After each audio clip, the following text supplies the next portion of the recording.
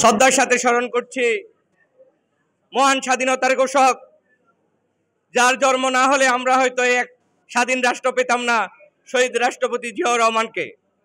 আমি শ্রদ্ধার সাথে স্মরণ করছি এই 16-17 বছরে আমার জাতীয়তাবাদী দলের সকল শহীদদের, যারা রক্তের বিনিময়ে আমরা আজকে এই 5 আগস্টে একটা নতুন স্বাধীনতা পেয়েছি। আমি শ্রদ্ধা করে তাদের স্মরণ করছি।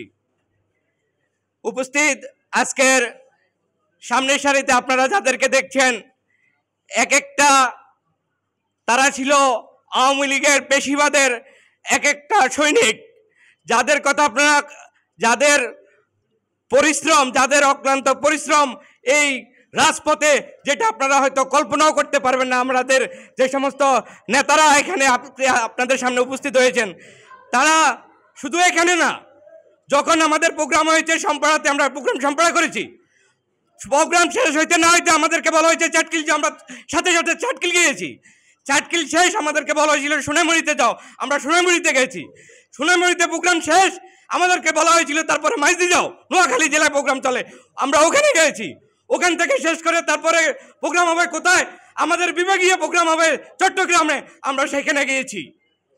সাথী বন্ধুগণ, তাহলে আপনারা বুঝেন এখানে যারা রয়েছেন, আমাদের ছাত্র নেতা, যুব দলের, স্বেচ্ছাসেবক দলের সবাই নির্যাতিত, নিপীড়িত এবং বিভিন্ন রকম আওয়ামী লীগ পেশিবাদের শিকার।